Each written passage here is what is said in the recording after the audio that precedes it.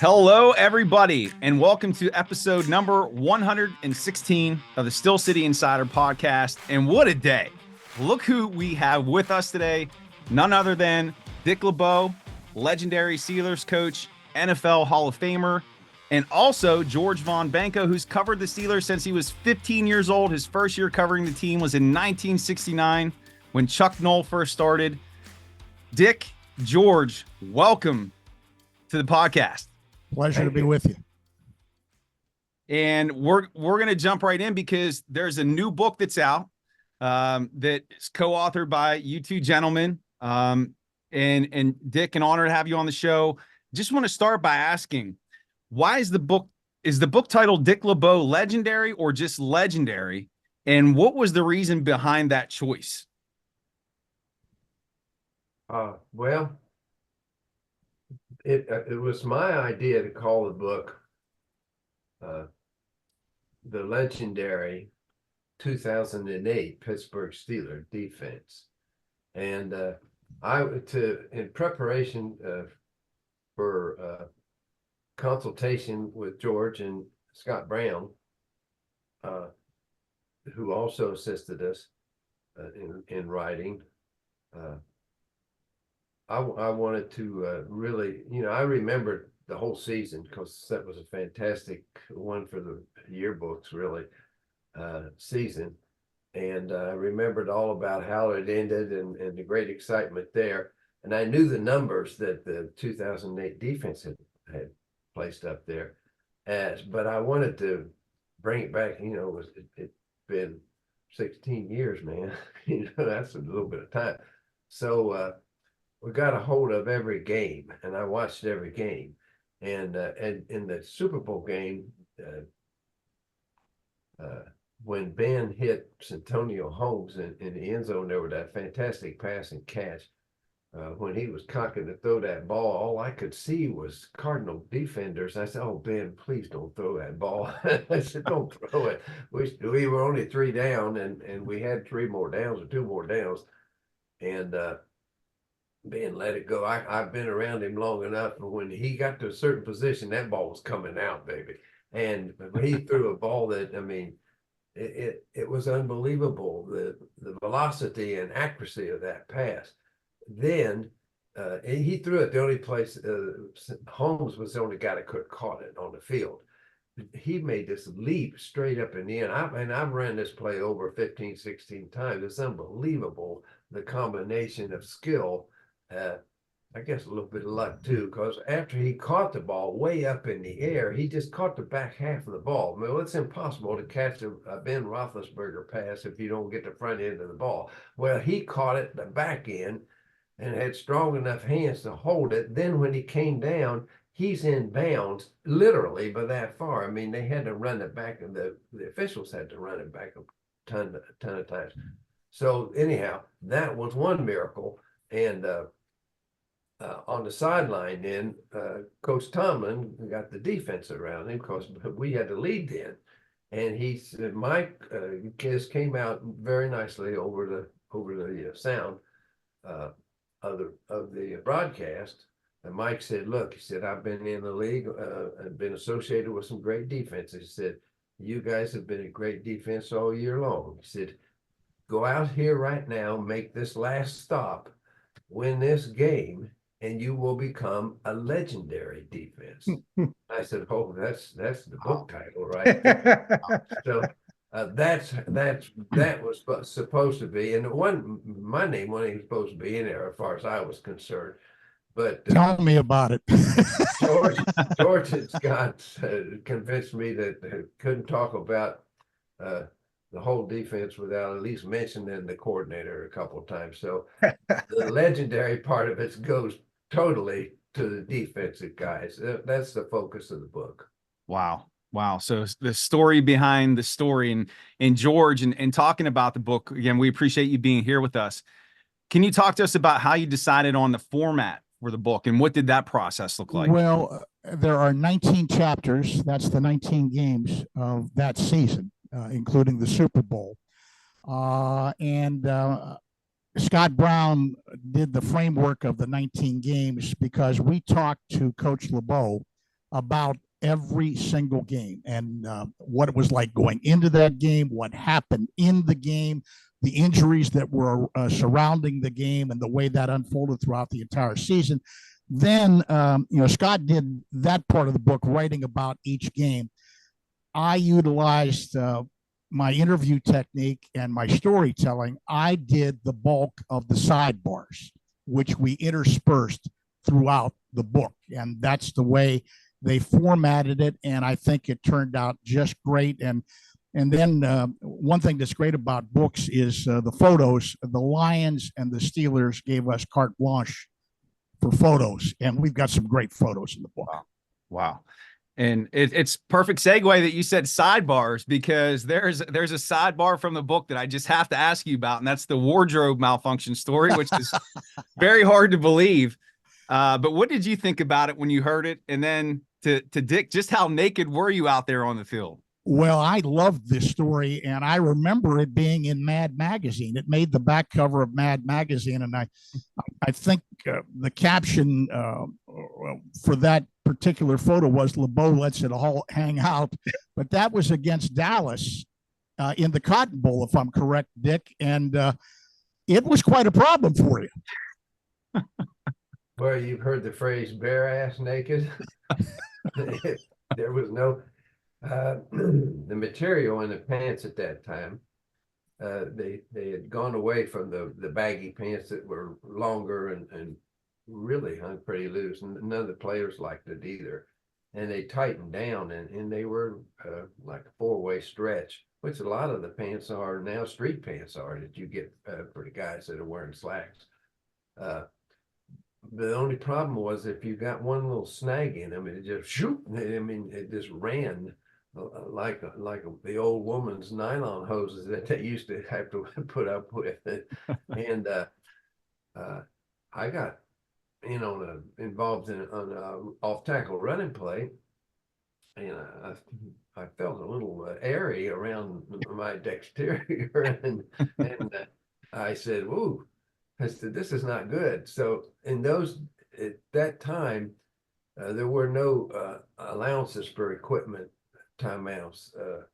I think the rules changed now, but if you took any kind of timeout for anything, they hit you with a timeout. Well, you only get 3.5, and they're like gold.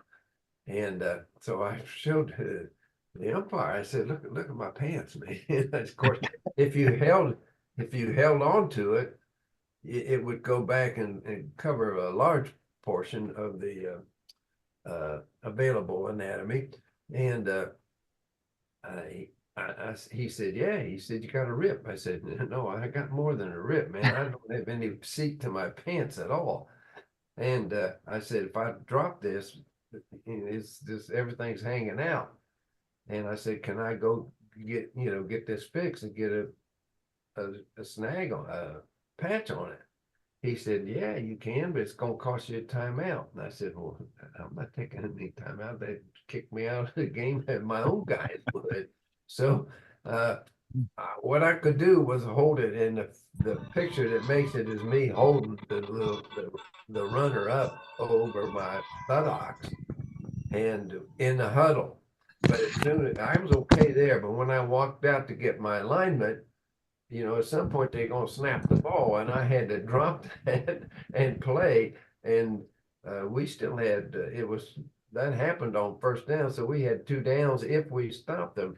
Fortunately, we did stop them in 2 downs. And I got off the field. Well, as soon the equipment manager had seen right away what the problem was. So he had this great big long needle. It was this long. It reminded me of what my mom used to use to sew up the turkey at Thanksgiving when they put the dressing in, and he had a great big shoelace, and he said, "This ought to do it." So he's stitching around there. Well, our offense goes 3 and out, and I got to go right back in. The first play, there it goes. It ripped right out again. So I had to go back again, hold it on and play it out. And by this time they had a whole new pair of pants ready for me, and that was worked okay, except to get into the pants, I had to take everything I had on, except a junk strap, and they had assistants were holding little blankets around me. Well, that's okay, except the cotton bowl. There's about 60 rows, and anything above row 10 was just looking right down at LeBeau changing pants. So it was a different situation, but we do everything we have to do in life. This was just something that had to be done. I never thought twice about it. I said, well, in order to get back in this game, I got to change these pants. I just changed them. The great thing about that it's in the book also.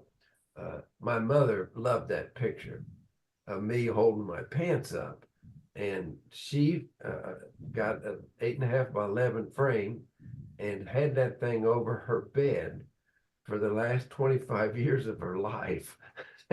And when we were talking about this football game, of course, Mom was gone, and we couldn't find the picture. And George said, well, I wish we could get it. I said, well, I thought I could, but I don't have it. That very same week, I got a request for a signature on a photograph. It was this picture coming to me that George and I had been looking for about 3 weeks, really.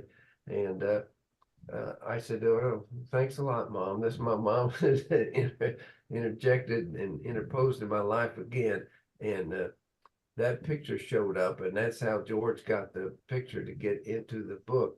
And I received that picture on May the 3rd, and that was my mother's birthday. So it was quite an oddity of, strange things happen type story. And it all started from a bare ass. Well, it was karma. She wanted that photo in the book. Well, I like to think it was more Dick LeBeau magic. Yeah. The magical things just happen with you, Dick. Really. Yeah, that's I've had both sides of the coin, Jim, but I've truly been doubly blessed. My first job, when I first came to Pittsburgh, I had Rod Woodson and Carnell Lake in the same backfield. Well, even I couldn't mess those guys up. Well, let me say something about that. Yeah. Ron Jaworski wrote a pretty cool book about the games that changed the game. And he pointed out the 92 playoff game that you guys lost to Buffalo, where Kent Hull said what they were doing was Chinese to us. We could not understand your defense. Now, they also quoted Carnell and Rod, I believe, as saying that bringing you in and when you became coordinator, having the perspective of a defensive back was better for the entire defense. Do you agree with that? And, I asked Terrell Austin the same question, and Minka, I asked them, and they're both kind of, I don't know about that. But Carnell and Rod, they say that. Well, Carnell and Rod were my guys, Yeah. That I would have taken Fitzpatrick, though, believe me. I don't know where we'd have put him with Troy and Ryan Clark. We had pretty good safeties, but he would have played. He's a great player, I think. Really a solid guy. I think that I know the first day I saw these guys that went to practice with the Steelers defense, I came home and I told my wife, I said, there's one guy, I knew Woodson. I'd been down to Purdue and worked him out for the draft and everything. And then I knew he couldn't miss, but I didn't know that much about Carnell. And Carnell had played the old Bear defense, is what they played at UCLA, where he played nose to the tight end, and he just was bumping, was a glorified linebacker is what he was. But he's fast and he was so athletic, but he was also a great at the line of scrimmage player, and that's what he played. Well, he had to start from scratch pretty much in the NFL. And he'd been there, I think, maybe this was his third year, however many years he'd been there, he had a different coach every year. So he was all twisted around. And all I did was show him what to look at. But the first time I saw him, I came home and I said to my wife, I said, Nancy, I said, if I don't help Cornell Lake, I'm getting out of coaching because I'm a lousy coach, because this guy has got every physical attribute that you could need to play safety. And that's why I said that he played corner. One year we were having when Rod got hurt. Rod hurt his knee in the first game against Detroit, and we were short at corner, and we were getting hurt there. Cincinnati at that time had two great wide receivers, big tall guys, and the rainbow quarterback, that threw those deep balls, and they beat us on national TV. And we had to do something differently, and we took Cornell away from his all-pro position at safety and put him at corner, because I knew that he physically could match up with these kind of receivers. And Cornell ended up going to the Pro Bowl that year too as an all-star corner, which is the only guy that I've really had that could come close to that was Troy. And Troy played a lot of slot for us in the nickel defense, and he could handle those slot guys pretty daggone good. But Cornell Lake, I know this, I'm beating the bush here a little bit, but I told Cornell, called him up on the phone. It was 7 o'clock in the morning. I said, Cornell, you better get in here. We're going to switch it to corner. I want you to be okay with it. I said, because I know how hard we work to get you ready to play safety. And Cornell, I mean, it was instant. He said, no, Coach, he said, if it's what's best for the team, he said, I'll be there. I said, well, come on down. And in 5 minutes, I don't know for sure where he was or where his apartment or living accommodations were, but in 5 minutes, there was somebody beating on the front door. It was Cornell. And we started at about 7:15 in the morning. And he was very, very special. And anyhow, we're talking about my situation with the Steelers. The first job with them, I had those two guys in the same backfield, so I was a pretty good defensive backfield coach. And in the next time I came back, you can go through the starting 11 of that 2008 defense, and there was not a weak spot, and that's why they were so strong. There was no place an offense could say, well, if we can isolate this guy, we can go there and do this and do that. All they had waiting for them was a headache, whoever they jumped on. Casey Hampton was 1 in a million at the nose tackle, and with Kiesel and Aaron Smith, those three guys were magic for a defensive coordinator, because they could do anything you asked them to do, and they were strong enough to hold up against the double and triple teams that they got, because we only had 3 linemen on the field. And I would say that James Harrison and Lamar Woodley were pretty decent bookends on the outside to cram everything down in there, to James Ferrier and Larry Foote, who were so smart and athletic. They would knock a run out before the guy would get out of his stance sometimes. And then in the secondary, they were all great tacklers. I could take their number 1 receiver, match him up pretty good, and I didn't have to worry about not calling pressure, not calling blitzes, because we couldn't match up at corner, because Ike would just take their best guy. And all he ever said to me every week when he came into work is, "Who I got this week, Coach?" And away he went. People joke, give Ike a hard time about his hands. He got to all those balls, and maybe he dropped one every now and then. But the big thing for a defensive back is to make sure their guy doesn't catch the ball, and I could do that every time. You had a point, Jim? Yeah, I wanted to. Jeremy had another question about Dick Night Train Lane, but I wanted to skip past that and stick with this Steeler thoughts, if you don't mind, Jeremy. Yeah, absolutely. Night Train, we can talk about him for a while too. Yeah, I'm sure. Well, that's what interested both of us. Was you said you had more Night Train Lane stories than you put in the book. Oh God, you never run out of Night Train stories. What about you know what? I was looking for some Joe Don Looney stories in there. Well, I got some Joe Don Looney stories too.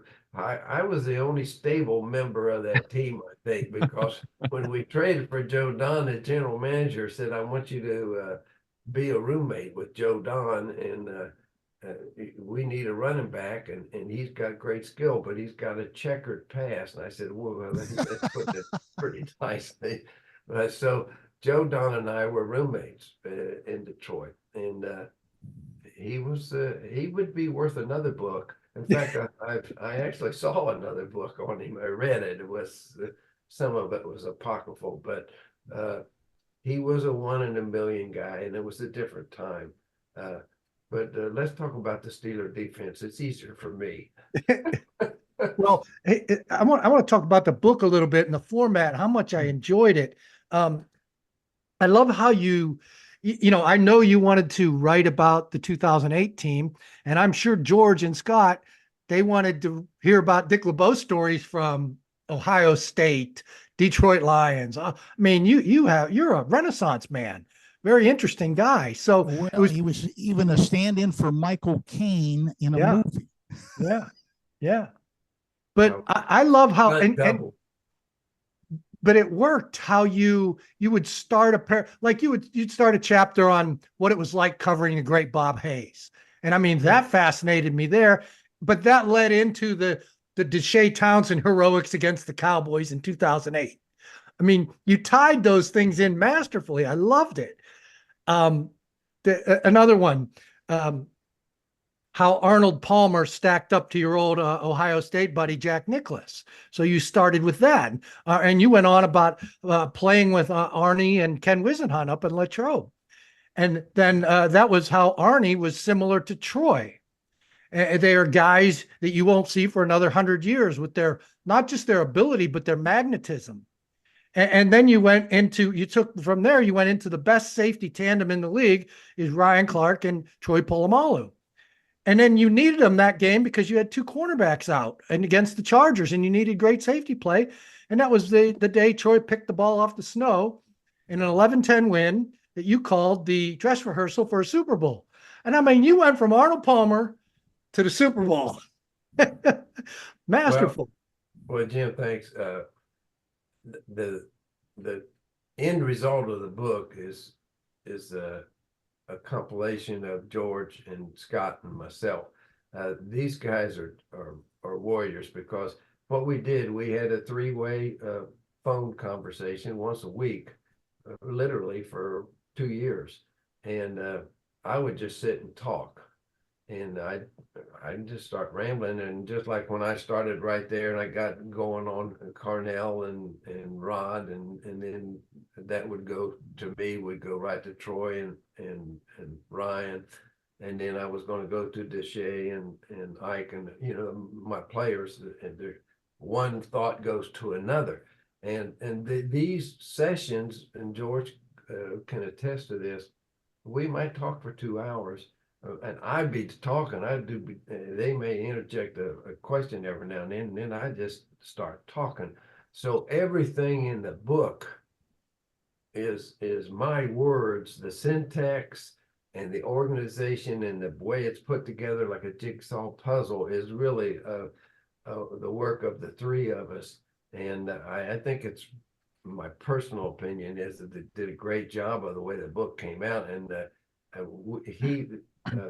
Scott would send me a copy of the manuscript periodically, and I'd read it, and I would, first of all, wanted to make sure everything was accurate, because I was talking off the cuff on the phone, and once we correct anything that was really not quite exactly the way it happened, it's the 3 of us put together I'm very pleased to hear you say that, Jim, because I thought it was just really held the reader's interest and made it go lightly and quickly, and it did kind of tie together, and it just made for a little relaxing book, and it helps a lot if you're a Steeler fan because of the subject matter, but it's a good football book. It really is, I think. Well, here's one that I didn't think you'd be able to get there from here. You start off with how you met Gerald Ford, okay? You were coaching with the Packers. Yeah. You had played for the Lions. Gerald Ford, of course, a Michigan man who, a Michigan man. He was a football player too. And so you were introduced by Bart Starr as the Ohio guy. or something, Ohio Steeler or something. I don't know why you would be a Steeler at that point, but Yeah, I wasn't. No, yeah. So, well, anyway, you were introduced as an Ohio State guy to a Michigan man. that's what. And so this is the chapter on the AFC Championship game against the Ravens, and Troy's calf injury, and then Troy's pick. And I'm thinking, what did Gerald Ford have to do with Troy's pick? You know, Troy was the sensation of the game, the biggest play of his career, and you won the game and you went to the Super Bowl. But you wrote about the underrated star of that game was Lamar Woodley. He had 2 sacks, and you remember Woodley was on a real sack rampage, not just in those playoffs. It's like every playoff game he was in. No doubt. No And I'm doubt. thinking, so okay, okay? Lamar Woodley, Michigan man. Yeah, Come back to Gerald Ford. a lot of Woodley's success was they had to watch Harrison pretty close, because in the 2008 Harrison had the most valuable defensive player sewed up with about 6 games left to play. He was sacking everybody and intercepting and making all kind of great plays. And but Lamar Woodley was an interesting story for us. We are the outside linebacker position in a 3-4 is kind of specialized in the athletic ability that you need to be, and the size that you have to be. You're a combination down in, and you're a mobile pass defender. Well, Lamar was an outstanding college pass rusher, and but he had his hand down. But by this time, I had been coaching the 3-4 long enough that I'd worked out a lot of guys that we were trying to move from handling the ground to standing up. And I had a pretty good feel for who would have a pretty good chance of doing it. And I looked at Lamar and I said, I think he can do it. I was standing on the table for him in the draft room. I said, and I know he's going to be a good pass rusher. And we were playing maybe our second preseason game and trying to work Lamar into the lineup and get him some experience so we could see how he's going to be out there in space. And they ran the tight end split route right down the middle, and Lamar had the coverage on him, and he whipped around his hips and ran, and the last minute looked up, saw the ball in the air and flipped it out there with his left hand. And I turned to Coach Butler, who was the linebacker coach. I said, check that box, baby. We don't have to worry about how he's going to be. You got a guy. From there on, because we had one on both sides then. And if you think back, when I said I was blessed, I had Kevin Green and Joey Porter and Greg Lloyd, and there was always that other guy on the other side who was a tremendous pass rusher too. And of course, Butler was great at teaching that, but I've had great luck with the Steelers personnel that I got to coach there. And I give a lot of credit really to the personnel department. We had a great batch of scouts then, and the general manager was tremendous athletic judge of player talent. Yeah, Kevin Colbert, I'm talking about. And the final little puzzle I want to take you through is how you started the one chapter with the great secondary of the Lions. I mean, unbelievable. Lem Barney, Yale Larry, Night Train Lane, Dick LeBeau. And then you told a little story about Joe Schmidt. You do know Joe Schmidt's a pit man, right? I do, for sure. And the Steelers wanted to take him in the 1953 draft, and they were going to take him in the 7th round. He had an injury-plagued senior season, so they thought they were going to get a steal. And Ray Byrne, the funeral director who ran the draft in the 50s for the Steelers, the Lions drafted an ineligible player right before the Steelers picked. And Ray Byrne alerted the league that the Lions had just taken an ineligible player. So the league threw that player out and told the Lions to pick again, and they picked Joe Schmidt. That's an interesting Art story. Rooney was not happy. No, that was the end of Ray Byrne, the funeral director. Art was not happy about that. But I anyway, do. back to this. And then you talked about the toilet bowl, and then you guys had that playoff bowl. And you Yeah. talked about. I think the Lions must have lost that game or something. No, we usually won it, but we played in it for 3 straight years. I always say we funded the players association in the league, because that's what the owners used to fund the NFL Players Association. And that got you into losing to the Super Bowl in '95, and then losing to the Patriots in the 2000s. And you were playing the Patriots. That was your Patriots game against Matt Castle, and you guys dominated Matt Castle. But I did want to ask, and the zone blitz stuff in this book, I love, and the Dan Marino. Dick, I know you're not a man who swears much. There were some dams and some hells in the book, but the one vulgarity was tossed around by Dan Marino after he saw your zone blitz defense for the first time. He asked one of your players, "What was that shit out there?" Well, I wanted a book to be a family book that guys didn't have to be afraid if their teenage son read it. And, Right.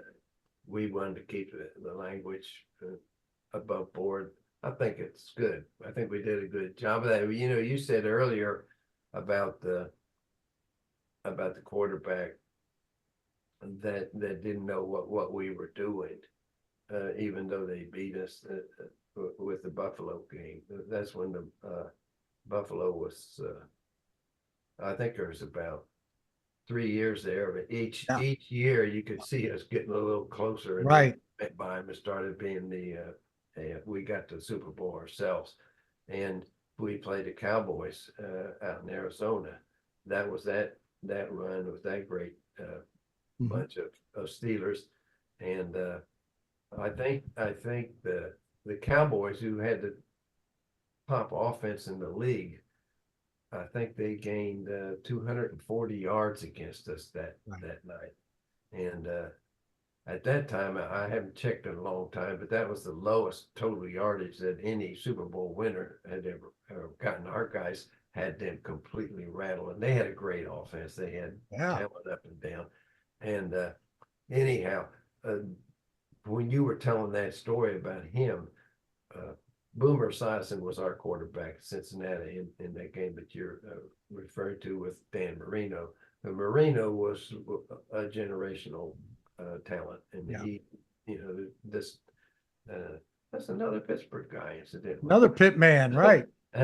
So after the game, the quarterbacks, they always get together because they got so much money, win, lose, or draw. They're going to be okay for the rest of their lives. They were chatting at the middle of the field, and Boomer came up to me in the locker room, and he said, "Whatever you're doing, Dick, keep it up." He said, "Marino said they told him what to look for a key."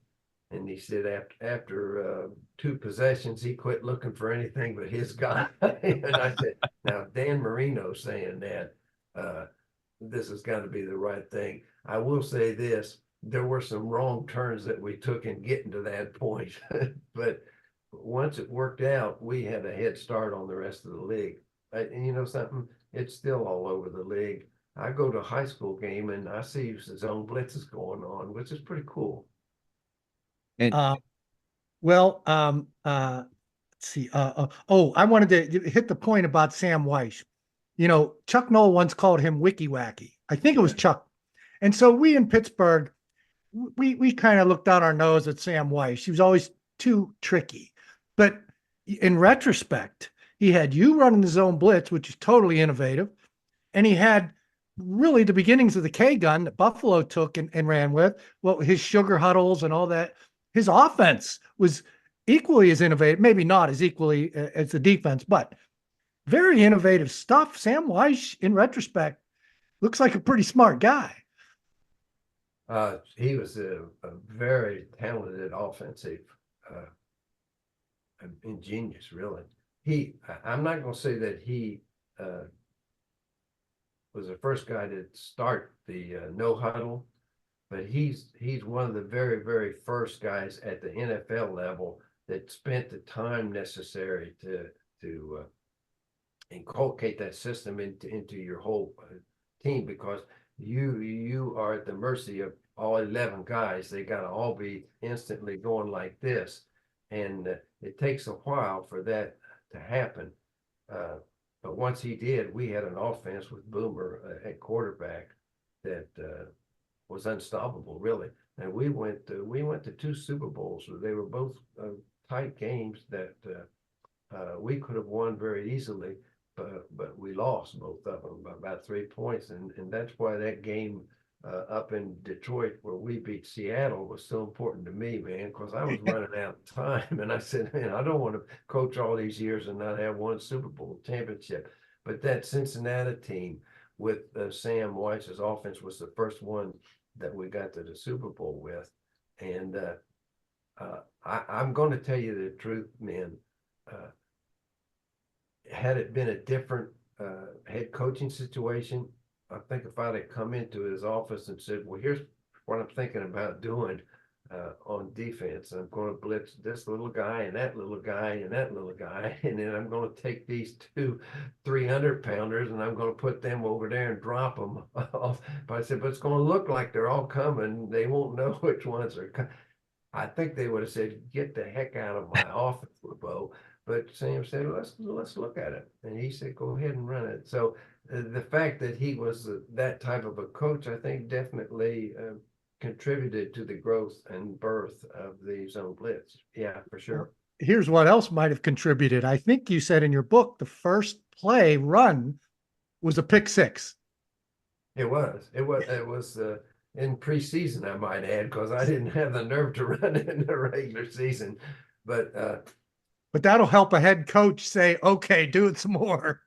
Well, Sam was he was always thinking, and he'd come into my office sometimes, was do this and do that, try this, take this, and I'd say, Coach, I said we can't do that, and so we had a pretty good working relationship in the off the wall stuff, and he let us go, and he. Offense, defense, good on good, iron sharpens iron. That's the way you practice the best to develop the best of both sides of your team. And he was out there against the zone pressure every day, running his offense. And I think he realized pretty early that it was, at that point in time, the West Coast offense was killing everybody, cutting everything up with the stimulus and response, and you showed rock one safety here, boom, they were going to hit the tight end right where he just left, and they had the answers. But with this thing, where had the area located where they would go to with that offense, and I lurked a guy over there, a chess piece was hanging in there, so that the big success factor was the quarterback's safe out was no longer safe, and that wide receiver or tight end that they'd be saying just break out here and there won't be anybody there was getting hit in the mouth by a lurking corner man and go whop, and that created a lot of doubt in the offense.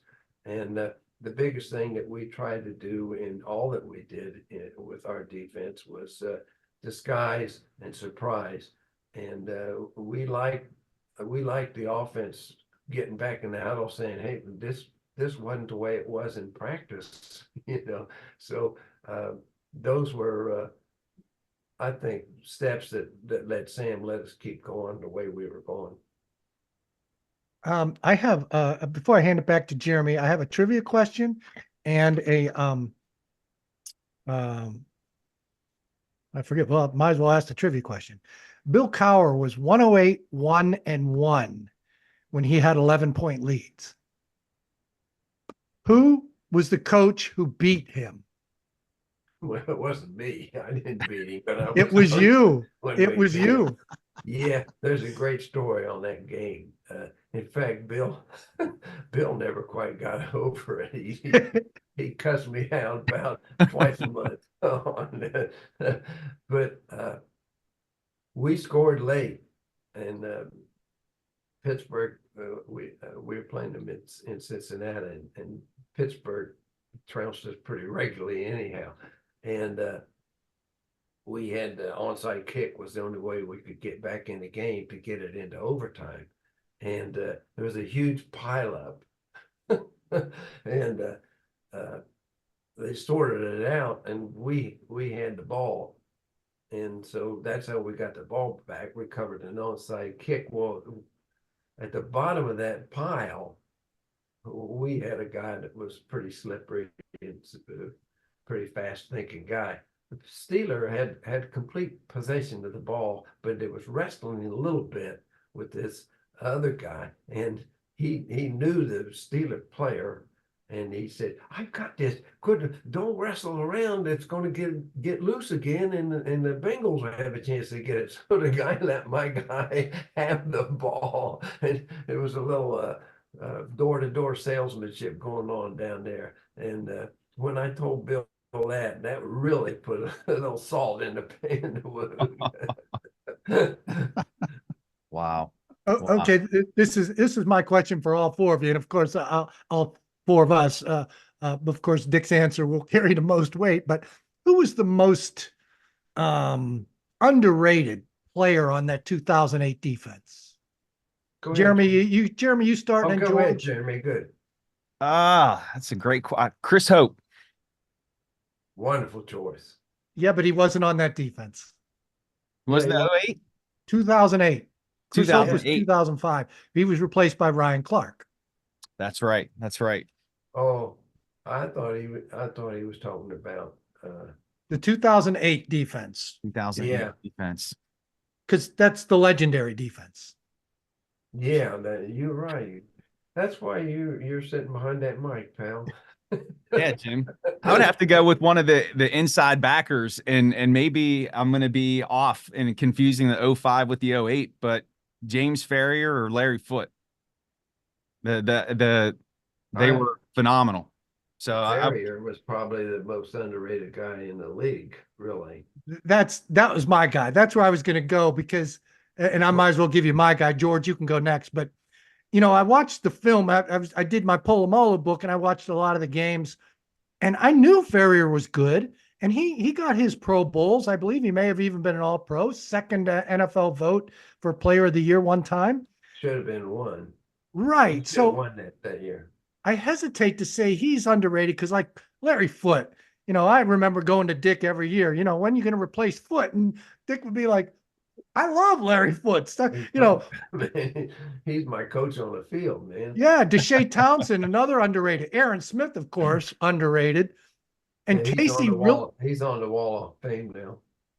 But Ferrier, when I watched the film, I didn't know he hit so hard and ran so fast.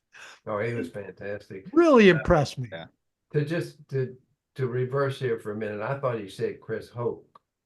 Oh, yeah. Well, there's an underrated guy. nose tackle who played all three defensive line positions. I thought that was the name. You said, I believe me, I know the 2008 defense. Yeah. Yeah. We just got done working on it for 3 years. But Well, my guy, and he's not underrated by coach, but everything started up front.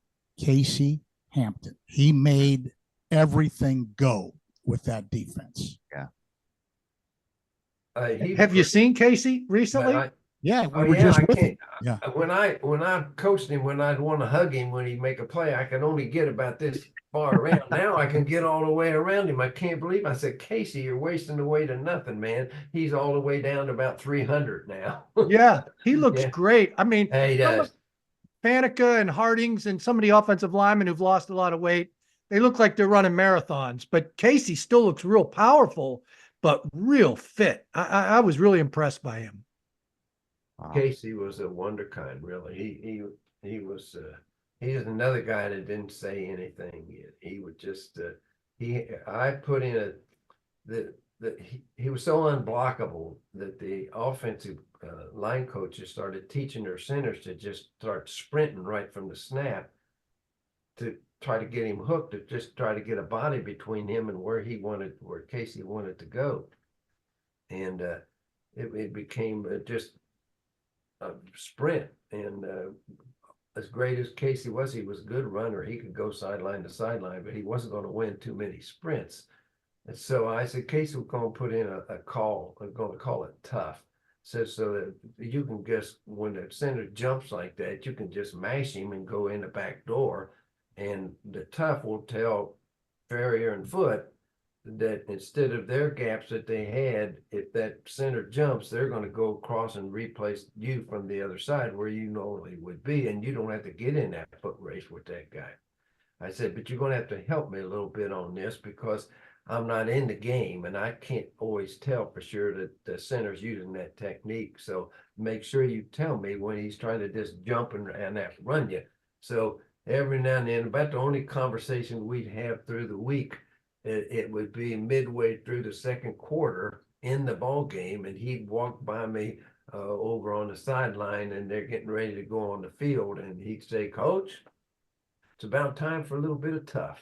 That was the only conversation. He never said anything. But if you remember, every now and then he'd look back at the secondary because Casey thought that was pretty easy, that they should stop every pass play that they made. Casey would put his hands on his hips and look back there. And I said, Casey, will you please stop doing that? I said, it's not helping us in the secondary. But he you know, talking about the underrated guys, the reason Chris Hoke was a natural call for me on the thing, Jeremy. I think Casey missed 5 or 6 games that year. He had a leg injury. And I'm telling you, when Hoke went in the game, we didn't lose a beat. It was, and those, that was part of the strength of that defense also. We had depth at every position. And we had a tough year injury wise. We lost a lot of those guys, and their replacement just filled right in and did the job. And that's why. But to me now, you haven't mentioned my guy yet. I'm gonna say Ryan Clark. He was the best free agent present that I ever got. Coach Cower came to me and said, we need a safety, and I want you to look through the free agency guys, and I want you to get the best one that would fit what we want to do. So that was my project, which I spent a lot of time on, and researched him, talked to his coaches, and I said, Bill, this is the guy. And what I didn't know, that he and Troy were going to bond like brothers. Go ahead, George. Well, I wanted you to tell about never seeing them talk to each other. It was almost like telepathy. They just look at each other. Yeah, and I would just get, that's where I was leading to, because the value other than being a safety who never made a mental error, which is really critical. You want your safeties, they're in the middle of the field. That's the same way with Foot, when you were talking to me about Foot and Ferrier, they're in the middle of the field, and their communication lines are to both sides of the ball pretty quick. And we're not going to have some guy sitting over here on the left side when there's a key that they picked up about something on the right side. He's going to be able to get it and alert from all the stuff that we got ready for that week that we're going to see from these people. And Ryan Clark and Palomalu were right dead in the middle.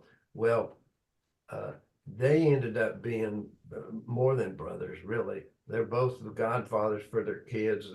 Ryan's kids called Troy Uncle Troy, and Troy's kids called Ryan Uncle Ryan. I mean, they're family. And I really don't know how they did it, but they studied a lot of film and they met a lot. And I used to love when we go in there on Wednesday and do the game plan, and those guys would fill up a daggum notebook every word I said, and I said, well, I must be doing a hell of a job. But they left no stone unturned in their preparation for the game coming up. But I watched them, and I did not hear an audible communication between them. Maybe once every 3 or 4 games, but Troy would just kind of go like that, and Ryan would go like this, and boom, Troy had seen something that they talked about in these videos, and there would go Troy in the middle of the offense, disrupting everything they were trying to do. And in case he ever, which was very, very seldom, went the wrong way, here was Ryan always backing up, filling in the cracks that Troy made with his thing. And together, the reason I say Ryan Clark, and Troy's in the Hall of Fame and first ballot, and we all, I mean, you had to be living in a closet if you didn't know Troy was going to go in the first ballot. But I think Troy would be the first guy to tell anybody that a huge percentage of his success is attributed to Ryan Clark being right there with him. And together, they gave us a 1-2 punch. We led the league in fewest amount of big plays given for about 6 straight years. And it was because Troy was either in the middle of what they were trying to do, or Ryan was right in the space that they tried to do where Troy had left. And I'd have coaches call me up in the off season and say, well, how are you doing this with Troy? And how are you doing that with Troy? And I didn't say nothing because it was all Ryan. I just kind of say, well, we just got worked on some stuff, you know. I'm not telling anybody anything. They can figure it out themselves if they spend enough time on it. But the one absolute strength of this defense, there were no weak spots. Each guy at his position was not only acceptable, they were outstanding. And when that happens, there's only going to be so many headlines written about it. And you got a guy winning the most valuable defensive player of the league in Harrison that year. And you got Troy, who I had for a career in Pittsburgh. I loved Pittsburgh fans. People would come up to say, hey, coach, I bet you can't guess who my favorite Steeler is. And I'd say, oh, I'll bet you I can. I said, it's Troy Polamalu. How do you know that? I said, because you're the 1,468 person asking me that question. But you could just sit in any stadium anywhere and watch Troy play and see that he was different than anybody else on the field. But we had, they had that athletic ability, but beyond that, they had a real bond of togetherness. The group, they weren't going to let each other down. They were special. Wow. What stories, what insight that you guys have shared here today. And this is all, you can learn more about this in the book Legendary, but let's bring it back to current day here. Dick and George, our last question for you today. How do you see this 2024 season playing out for the Pittsburgh Steelers?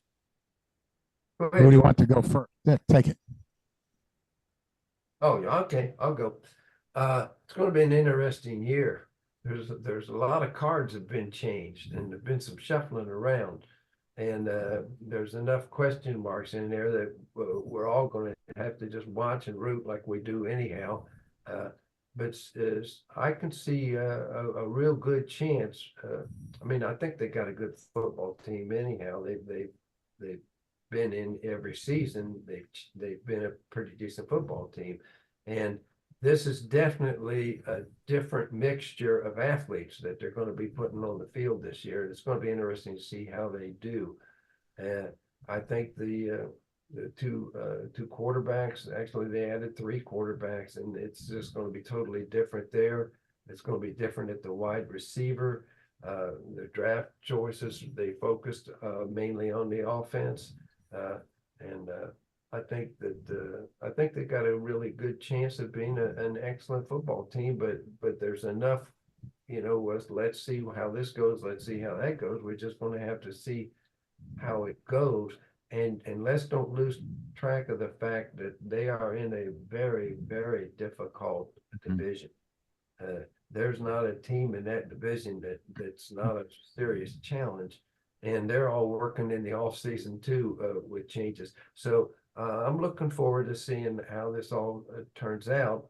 Win, lose, or draw, I'm going to be rooting for them. George? Well, I think it's going to be a very interesting year. I agree there are enough question marks to give me pause, but there are things that I like. I really like the return to Steeler football with the running game that's going to happen with Smith as offensive coordinator. I think they did some good things up front. I love the kid they drafted from West Virginia, Zach Frazier. I think eventually he's going to be the center. I think they got two good running backs. Still a little concerned that they're not deep enough at wide receiver, but they could still address that. I think the defense is going to be good, and I agree they're in a really, really tough division. But if they get some of the question marks answered, I think it could be a good year for the team, and I'm going to be watching with much interest. You know, in the book, I wanted to close by saying this about Dick. George, you wrote on Dick LeBeau, what made his players love him and never want to let him down was that he treated people first. Now, we've all heard that, and but again, it's profound. It's so true. And you quoted Brett Kiesel. It didn't matter if it was someone straight off the street or the president of a company. He treated everybody with the same kind of respect. And I you know, your players didn't want to let you down. And I felt that same rush getting ready for this podcast. I'm just an idiot media guy. But I drove to get the book, right, to Connellsville. I had to get this book. I had to devour it because I've written books. I've written 6 books. And when I do an interview, it bothers me when the person interviewing me hasn't read the book. So I wanted to be prepared. I didn't want to let Dick down because I remember my first season covering the team, 95. You went to the Super Bowl. I remember in the tent. Remember they had tents back then in Tempe, and everybody was pestering Dick. Is Rod Woodson going to play? Is Rod Woodson going to play? And he's giving the old 2-step, and he's I don't know, and pretty much everybody filtered out. And the guy from the Irwin Standard Observer finally gets a spot and steps up, and we're both exhausted. And I said, Dick, is Rod Woodson going to play or not? And you go, yeah. He told me. He didn't tell anybody else. It was so cool. I'm like, wow, this Dick LeBeau's a cool guy. He didn't have to tell me. I was from Vic Ketchman's paper, if you remember Vic. It was a small paper, suburban paper out here in Westmoreland County. And on through the years, Dick would come over and give me a little talk on the sideline during training camp practice. Maybe special teams were working. You'd come over, just say something, and then you'd laugh. I would get emails. Wow, was Dick LeBeau talking to you? What did he ask you? And our subscriptions would boom.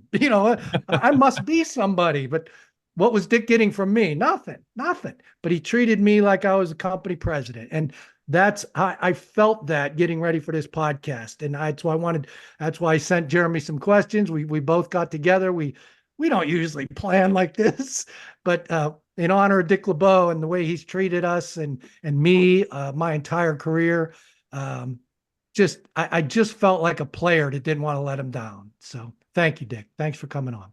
Well, thank you, Jim. That was very, very meaningful to me. Thank you. But you got to remember, I knew you were a Pittsburgh guy. You were for us. I knew that for sure. Well, you've introduced me to your son. You've introduced me to your wife. You've introduced me to your brother. Your best friend just wrote a beautiful letter nominating my daughter for the Hall of Fame in her high school. There was really you got nothing from me. You know what I mean? There was really nothing to get from me except the mutual respect. And that seems to be all you care about in life. And really, that's all that's important. So we're both guys that just doing our best to take care of our family, Jim. And that's what life's all about. Yeah. Well, thank you for all of that.